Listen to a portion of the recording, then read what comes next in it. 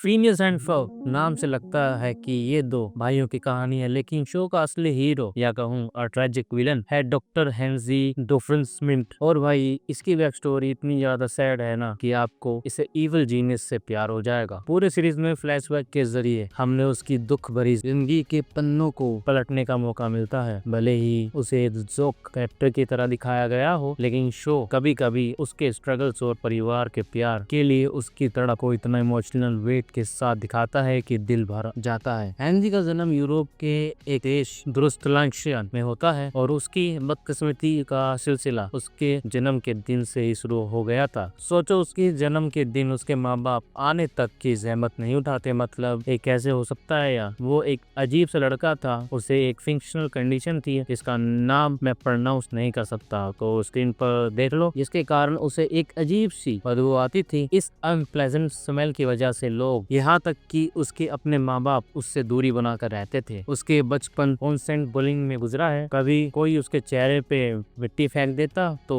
कभी गुरुलिंडा नाम की एक लड़की उसके सर पर पानी डाल देती जिससे वो प्यार करता था। वो भी एक अजीब प्यार था। लेकिन उसकी जिंदगी का सबसे दर्दनाक और मेजर इंसिडेंट तब हुआ जब उसके बाप ने उस एक हाई डाइव से कूदने के लिए कहा। ये एक परंपरा थी जिससे पता चलता था कि लड़का असली माइन यानी कि मर्द है या बस एक नामर्द बेचारा है जी। सबकी मजाक उड़ाती नजरों के सामने ये रिचुअल परफॉर्म नहीं कर पाया और उसे नामर्द का लेबल दे दिया गया। इसके बाद तो उसके माँ बाप की नजरों में उसकी रिस्पेक्ट बिल्कुल खत्म हो गई। इस घटना के बाद उसके पेरेंट्स उसे और भी नफरत करने लगे। उसके बाप ने तो उसे अपना बेटा मानने से ही इनकार कर दिया। शायद यही वजह थी कि उन्होंने उसे जंगल में छोड़ दिया जहाँ उसे जंगली बिल्लियों ने पाला। ये जंगली बिल्ली वाली बात काफी इंपॉर्टेंट होगी, याद रखना। इस दौर में वो किसी तरह खुद को जिंदा रखता था। वो अपनी बर्थडे पार्टी खुद अरेंज करता था और हर बार ऐसे ट्रेंड करता जैसे वो सरप्राइज हो गया हो, जबकि पार्टी उसी ने अरेंज की थी। और हाँ, उसकी पार्टीज में कभी कोई नहीं आता था, यहाँ तक कि परफॉर्मर्स भी स्टफ टॉय होते थे। आप इमेजिन कीजिए, एक छोटा सा बच्चा अंधेरे में अकेले अपने बर्थडे पर खुद के लिए सरप्राइज प्लान कर रहा है। कसम से ये सुन के काफी दुख होता है। इन सब के बावजूद उसने साइंस में अपनी दिलचस्पी बनाए रखी और एक साइंस फेयर में हिस्सा लिया। वहाँ उसने अपने सबसे पहला इन्वेंशन बनाया, लेकिन उसकी मेहनत तो किसी ने नहीं सराहा और वो लगातार 2 बार एक सिंपल बेकिंग सोडा वोल्केनो से हार गया। इसके बाद उसने साइंस फेयर्स में कम्पीट करना ही छोड़ दिया। अब उसे पैसे कमाने का जरिया ढूंढना था, तो उसने एक टंकिंग बूथ में काम करना शुरू किया। लेकिन वो इंसान नहीं जो पानी में गिरता है, बल्कि वो बॉल जिसे इंसान पर मारा जाता है। इतनी बुरी नौकरी के बावजूद उसे एक बलून मिला जिस पर उसने एक चेहरा पेंट किया और एक लाइफ लॉन्ग लास्टिंग स्प्रे छिड़क दिया जो उसने खुद इन्वेंट किया था। इस तरह हेनरी को अपना पहला सबसे अच्छा दोस्त मिला जिसका नाम उसने बलूनी रखा। कुछ समय बाद उसके पेरेंट्स ने उसे वापस परिवार में एक्सपेक्ट कर लिया, लेकिन सही वजह से नहीं। परिवार पर मुश्किल समय आ गया था, इतने कि उन्हें अपने प्यारे लोन रूम को बेचना पड़ा। तो उसके बाप ने डिसाइड किया कि अब से हेनरी उस घूम की जगह लेगा। उस घटना तक लोन के सामने उसे घंटों तक लोन के सामने बिना हिले डुले खड़ा रहना पड़ता था। बेचारे को खाना खाने की भी इजाजत नहीं थी। एक रात जब वो घूम बनकर ड्यूटी पर था, तेज हवा ने उसके इकलौते दोस्त बलूनी को उससे दूर उड़ा दिया और वो उसे पकड़ भी नहीं सका क्योंकि उसके बाप ने उसे अपनी जगह पर जमकर खड़े रहने का ऑर्डर दिया था। और दोस्तों, यह आखिरी बार था जब उसने बलूनी को देखा, या शायद नहीं। उसके दुख यहाँ खत्म नहीं हुए। एक बार उसके बाप एक कुत्ते का बच्चा घर ले आया। उसने दावा किया कि ये वो बेटा है जिसे वो हमेशा चाहता था, लेकिन पपी मिला नहीं, इसलिए उसने कुत्ते का नाम ओनली सन रखा। ये कुत्ता बाद में एक शो डॉग बन गया जिसने उन्हें ढेर सारा पैसा कमा कर दिया। लेकिन लोन के लिए नया घूम मिलने के बावजूद उसने हेनरी से वही काम करवाना जारी रखा। कितना जालिम बाप था ये। इसके ऊपर उसके पेरेंट्स ने उसके भाई रोजर को जन्म दिया, जिसे उन्होंने वो सारा प्यार और देखभाल दी जिसकी हेनरी हमेशा से ख्वाहिश रखता था। देखिए, रोजर का जन्म से पहले उसकी माँ एक बेटी की उम्मीद कर रही थी, इसलिए उसने लड़कियों के लिए ढेर सारी ड्रेस बना ली थी। लेकिन जब लड़का पैदा हुआ तो हेनरी को वो सारी लड़कियों वाली ड्रेस पहनकर स्कूल जाना पर मजबूर किया गया। इससे उसकी जिंदगी में और भी दुख आ गया क्योंकि उसका मर्द न होना पर हमेशा मजाक बत उड़ाया जाता था। जहाँ हेनरी को अपने पेरेंट्स से कुछ नहीं मिल रहा था, वहीं उसके भाई रोजर पर प्यार और अटेंशन की बारिश हो रही थी। रोजर किकबॉल में कमाल का टैलेंट दिखाता था, जबकि हेनरी उस फील्ड में जीरो था। अपनी माँ का दिल जीतने के लिए हेनरी ने अपनी साल भर की पॉकेट मनी खर्च करके उसके लिए एक गिफ्ट जीता। उसकी माँ ने वो गिफ्ट रोजर को दे दिया और रोजर ने तो आदि कर दी उस गिफ्ट और अपनी माँ दोनों पर अपना नाम लिख दिया, ये दावा करते हुए कि ये दोनों से उसके हैं। हेनजी ने अलग अलग काम ट्राई किए, उसने पेडिसिल बनाया, मैजिशियन बना, यहाँ तक कि हाथों से परछाइयां बनाने की कोशिश की, लेकिन हर बार कोई और उसे आगे निकल जाता। यहाँ तक कि उसने अपनी गर्लफ्रेंड को भी ह्यूज हैंड हांस नाम के एक लड़के के हाथों खो दिया। और इन सब पर तो आइसिंग ऑन द केक ये था कि उसके पेरेंट्स ने उसे एक स्टोर से कुछ लाने भेजा। अंदर जाके उसे एहसास हुआ कि ये उसके पेरेंट्स द्वारा रचाया गया एक जाल था उसे अमेरिका भेजने का, ताकि वो आखिरकार उससे छुटकारा पा सके। लेकिन ये उसकी नई जिंदगी का सफर की शुरुआत होने वाली थी। अमेरिका पहुंचने के बाद हेनरी ने हाई स्कूल पूरा किया और गुजारा करने के लिए सड़क पर ब्रेटवर्स्ट बेचने लगा। हाई स्कूल में उसने अंडरवियर और कैप पहनकर स्केट करते हुए खुद का एक वीडियो बनाया। कुछ समय बाद वो वीडियो वायरल हो गया। इसके बाद उसका बाहर चेहरा दिखाना मुश्किल हो गया। अपने स्ट्रगल के बाद हेनरी ने आर्ट की मदद से खुद को ढूंढने की कोशिश की, लेकिन उस सपने को भी छोड़ दिया जब उसके भाई रोजर, जो अमेरिका पहुंच चुका था, गलती से उसके मास्टरपीस पर खाना गिरा देता है। उसने एक पोटी कॉन्टेस्ट में भी हिस्सा लिया, जहां वो एक बार के एक बेकिंग सोडा वोल्केनो से हार गया। अपनी गर्लफ्रेंड को ह्यूज एंड हैंस से हारने के बाद उसने आखिरकार हिम्मत जुटाकर डेटिंग सीन्स में फिर से एंट्री किया। इस बार एक यंग लड़की लिंडा फ्लैंग के साथ, जो बाद में एक पॉप स्टार बनने वाली थी। डेट के दौरान उसने दुनिया पर कब्जा करने की अपनी इच्छा जाहिर की। आई मीन होनेस्टली, इतना सब कुछ हो जाने के बाद क्या आप उसे ब्लेम कर सकते हो? लिंडा ने उसे अपने सपनों को पूरा करने की सलाह दी और ट्राई सेट एरिया से शुरू करने को कहा। इससे प्रभावित होकर उसने हाई स्कूल के बाद एक इवल स्कूल ज्वाइन कर लिया। अच्छा क्राइम सिखाने वाला स्कूल कैसे अलाउ हो सकता है? खैर, जो भी हो, वो भी काम नहीं आया, क्योंकि उसका एक टीचर डॉक्टर गैवलिक ने उसे फेल कर दिया, जिस वजह से उसे एक कम्युनिटी कॉलेज ज्वाइन करना पड़ा। वहाँ उसकी मुलाकात एक अमीर और धनी महिला चार्लिन से हुई, जिसके प्यार में वो पड़ गया और उससे शादी भी कर ली। ये किसने सोचा था? उन दोनों की एक बेटी हुई, वनीसा, जिसे हेनरी दिल से प्यार करता है, लेकिन 16 तक उसके दिल जीतने में नाकाम रहा। इसके कारण था उसकी हॉरिबल बर्थडे पार्टी, जो वो सालों तक देता रहा, जब तक कि आखिरकार एक पार्टी सही नहीं हो गई। उसने 9 साल लगा दिए वनीसा की एक पसंदीदा मैरी गफिन डॉल ढूंढने में, जो उसे बचपन में चाहिए थी। जब वनीसा बड़ी हुई, उसने देखा कि उसके बाप इतने सालों के बाद भी उसके दिल जीतने की कोशिश कर रहा है, और आखिरकार उसके दिल में अपने बाप के लिए एक सॉफ्ट स्पॉट बन गया। ये भी पता चलता है कि हेनरी और चार्लिन का ब्रेकअप तब हो गया था जब वनीसा 4 साल की थी, मुख्य रूप से क्योंकि उनकी जिंदगी में अलग अलग प्लान्स थे और एक शॉक पपेट के कारण। बिल्कुल वैलिड रीजन है ब्रेकअप का, है ना? इसके बावजूद उनके बीच अच्छा टर्म्स थे। उन्होंने अपनी बेटे की कस्टडी शेयर की और यहाँ तक कि फैमिली रियूनियंस भी अरेंज किए, ताकि वनीसा को वो प्यार मिल सके जिसकी उसे जरूरत थी। मेरा एक थ्योरी ये है कि हेनरी ने अपनी शादी के सालों में अपनी इवल स्कीम्स को पीछे छोड़ दिया था, क्योंकि वो उनके साथ समय बिताना चाहता था। शायद इसलिए चार्लिन को अपने एक्स हस्बैंड की विलियंस प्लान्स के बारे में कोई आइडिया नहीं था। डिवोर्स के बाद हेनरी को रहने के लिए एक जगह ढूंढनी थी, तो वो एक पेंट हाउस में सेटल हो गया। अब इवल हेनरी के नाम से मशहूर होने लगा। ये जगह उसे काफी सस्ती मिल गई, क्योंकि वहाँ से गुजरते जहाजों के लगातार शोर आता रहता था। लेकिन इसके अलावा ये जगह बहुत बड़ी थी। जब उसे एलिमनी के पैसे मिलने लगे, उसने इंटरनेट से एक नकली डॉक्टरेट टिकट खरीदी और अब वो बन गया डॉक्टर हेनरी। उसने पेंट हाउस को अपनी इवल इनक्रिप्शन में बदल दिया और डोम्सडे मशीन बनाना शुरू कर दिया। इसके कारण organisation without a cool acronym यानी OWCA ने उसकी जगह पर एक स्पाई असाइन किया, जिसका पूरा काम उसके इवल इन्वेंशन को रोकना था। और ये स्पाई और कोई नहीं बल्कि पेरी द प्लेटिपस था। लेकिन ये तथ्य कि वो OWC ने उसके एक खतरा माना, इसका मतलब है कि वो आखिरकार एक विलन बन गया है, राइट? बाद में पता चलता है कि पेरी पहले एक आर्म प्लेटिपस था, जिसे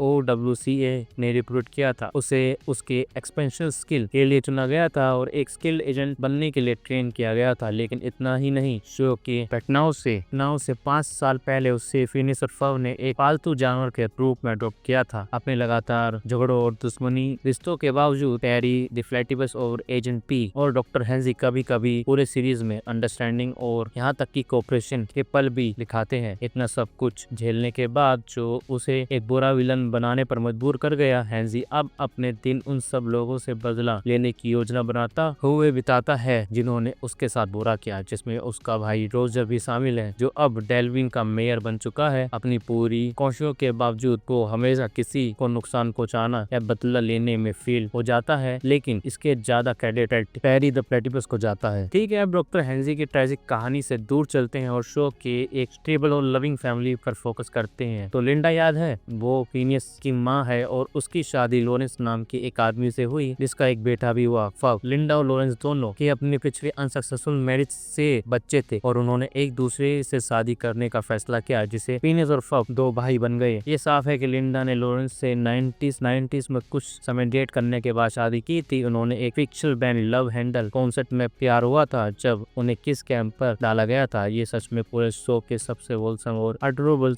मोमेंट्स में से एक था, लेकिन शो लिंडा और लॉरेंस के एक्सपोज के बारे में कुछ नहीं बताता, जिसके आसपास बहुत सारी थ्योरीज हैं। सबसे कॉमन थ्योरी ये है कि फिनियस डॉक्टर हेंजी का बेटा है क्योंकि लिंडा ने पास्ट में हेंजी को डेट किया था, और ये थ्योरी सेंस भी बनाती है। मतलब फिनियस के बाल हेंजी जैसे हैं और दोनों ही बहुत ही ज्यादा समझदार हैं, लेकिन मैं जितना इसमें घुसता हूँ ये उतनी अजीब लगती है कहानी। चलिए मैं समझाता हूँ। लिंडा का एक और बच्चा है सैंडेसा, जो फिनियस की सगी बहन है। हम सब जानते हैं कि लिंडा ने हेंजी को बस थोड़े समय के लिए डेट किया था और वो उस समय था जब हेंजी ने अभी अभी हाई स्कूल पूरा किया था। आज हेंजी 47 ईयर्स का है और सैंडेसा 15 साल की, और फिनियस लगभग 9 और या 10 साल का। ये नंबर आस पास में कुछ मैच नहीं करते। इसके अलावा कैंडेसा को पैदा करने के लिए उन्हें कई सालों तक डेट करना पड़ता। तो जब तक लिंडा और हेंजी सीक्रेटली इतना लंबा समय तक मिल नहीं रहे थे, इसके लगभग 0 चांस है कि हेंजी और फिनियस रिलेटेड है। यहाँ तक फब की बात है, उसका चेहरा का आकार अपने बाप लॉरेंस जैसा ही है, लेकिन उसके बाल हरे हैं, जो शायद उसकी माँ का एक ट्रेट था। सो ने सच में इस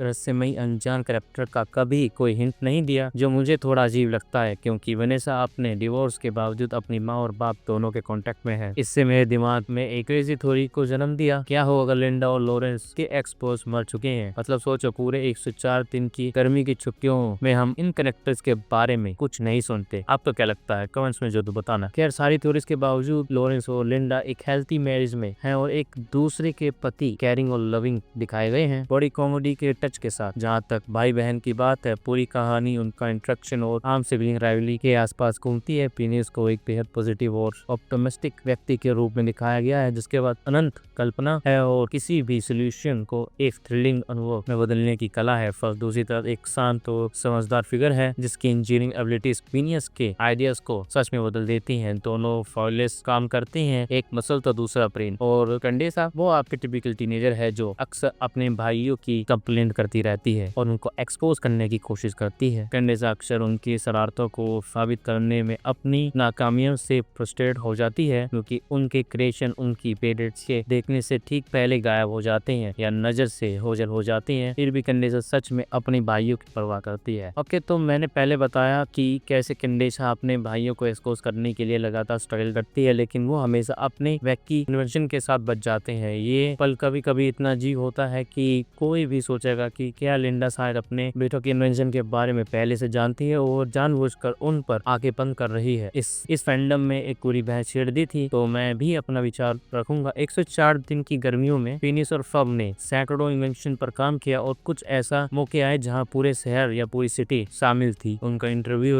पेपर न्यूज पर आए, सबको उनके इन्वेंशन के बारे में पता है, बस लिंडा को नहीं। इसके अलावा लॉरेंस और लिंडा के पेरेंट्स ने भी उनके कुछ इन्वेंशन में हिस्सा लिया। लॉरेंस ने उनकी फ्लाइंग कारपेट की पर राइड ली, उनके दादा ने उनके बनाए रेप्लिका प्लेन को उड़ाया। और अब आती है आखिरी खेल, the final nail in the coffin. Agent Dorf episode में हेंजी के इन्वेंशन की एक बीम फिनियस और फब से टकराती है, इससे वो बच्चे बन जाते हैं। कैंडेसा दोनों की एक पिक्चर खींचकर अपनी माँ को भेजती है, जो बस उसे पुरानी पिक्चर के लिए धन्यवाद देती है। अब लिंडा पहले से जानती थी कि ये पिक्चर इम्पॉसिबल है, क्योंकि जब वो पहली बार मिले थे तो दोनों भाई पहले से ही चलने वाले टोलरस थे। फिर भी उसने ऐसा प्रिटेंड किया जैसे सब कुछ नॉर्मल हो। इसके ऊपर जब कैंडेसा दोनों को घर के अंदर ले जाती है तो लिंडा कहती है कि ये दोनों उसके बेटे नहीं हो सकते और बस उनकी जैसे दिखने वाले दो बच्चे हैं। एक मिनट, क्या तुमने अभी अभी उसे धन्यवाद नहीं दिया जब उसने तुम्हें उनकी पिक्चर भेजी? मुझे लगता है कि हमारे पास ये मानने के लिए काफी सबूत है कि लिंडा को फिनियस और फब्स के इन्वेंशन के बारे में पता है और वो बस मासूम होने का नाटक कर रही है। पर क्यों? पहली थ्योरी, ये सब जानबूझकर शो का कॉमेडिक एस्पेक्ट के लिए गया है। दूसरी थ्योरी, लिंडा को सब पता है लेकिन वो इंटीग्रिटी और इंडिपेंडेंस को बढ़ावा देने के लिए ऐसा कर रही है। तीसरी थ्योरी, लिंडा ने पास्ट में इन्वेंशन देखे हैं लेकिन उसने उन यादों को भुला दिया है और बात या दबा दिया है क्योंकि प्रोजेक्ट इतने थ्योरी थे। चौथी थ्योरी, लिंडा हमारे हेंजी के फॉरगेट अबाउट इन्वेंशन के प्रभाव में है। आपको कौन सी थ्योरी सबसे ज्यादा सेंस बनाती है? कमेंट में बताओ। कैंडेसा का अपने भाइयों भाइयों को एक्सपोज करने का मिशन आखिरकार कामयाब होता है। जब वो अपने 30s में होती है, वो एक टाइम मशीन का इस्तेमाल करके पहली छुट्टी पर वापस जाती है और लिंडा से उन्हें डांटने लगवाती है। लेकिन जब वो अपने टाइमलाइन में वापस आती है तो उसे एहसास होता है कि उससे छोटा से बदलाव से दुनिया को इवल हैंसी के शासन में डाल दिया है। तो वो वापस उस समय में जाती है जब उसने अपने भाइयों को पकड़वाया था और दुनिया को बचाने के लिए खुद को रोक लेती है। ये एक बहुत ही कॉम्प्लिकेटेड सीरीज ऑफ इवेंट है, लेकिन इसका अंजाम ये होता है कि 15 साल की कैंडेसा फिनियस और फर्ब के साथ फ्यूचर में जाती है, जहां लिंडा को आखिरकार सच पता चलता है। लेकिन उस समय तक दोनों अपने 30s में होते हैं, तो लिंडा को ज्यादा फर्क नहीं पड़ता। कम से कम कैंडेसा को आखिरकार उस चीज पर क्लोजर मिल जाता है जिसके पीछे वो लगभग 2 दशकों से बड़ी थी। अब आते हैं शो की ग्रैंड फाइनल पर, 1 घंटे का special the last day of summer. यही वो एपिसोड है जो साबित करता है कि शो की असली मेन कैरेक्टर हमेशा डॉक्टर हेंजी और कैंडेसा थे। क्यों, चलिए देखते हैं। इस एपिसोड में कैंडेसा वेनेसा से अपनी डीवीडी वापस करने जाती है। वो डॉक्टर हेंजी से मिलती है जो एक नया इन्वेंशन पर काम कर रही है जो उस अपने दिन रिस्टार्ट करने देता है। उसके प्लान के लिए ये आपकी उम्मीद है। इस नए इन्वेंशन के साथ वो धीरे धीरे दिन के सारे एरर्स को खत्म कर सकता है और आखिरकार ट्राई स्टेट एरिया पर कब्जा करने में सफल हो सकता है। कैंडेसा दूसरी तरफ इसमें वही करने का मौका देखती है, सिवाय इसके कि उसका लक्ष्य अपने भाइयों को पकड़ना है। निश्चित रूप से अगर वो बार बार कोशिश कर सकती है तो आखिरकार वो उन्हें पकड़ सकती है ना। कि आपको अब भी इन कैरेक्टर्स में रिजेंबल दिख रहा है। एल्बर्ट आइंस्टाइन के अनुसार पागलपन एक ही चीज को बार बार करना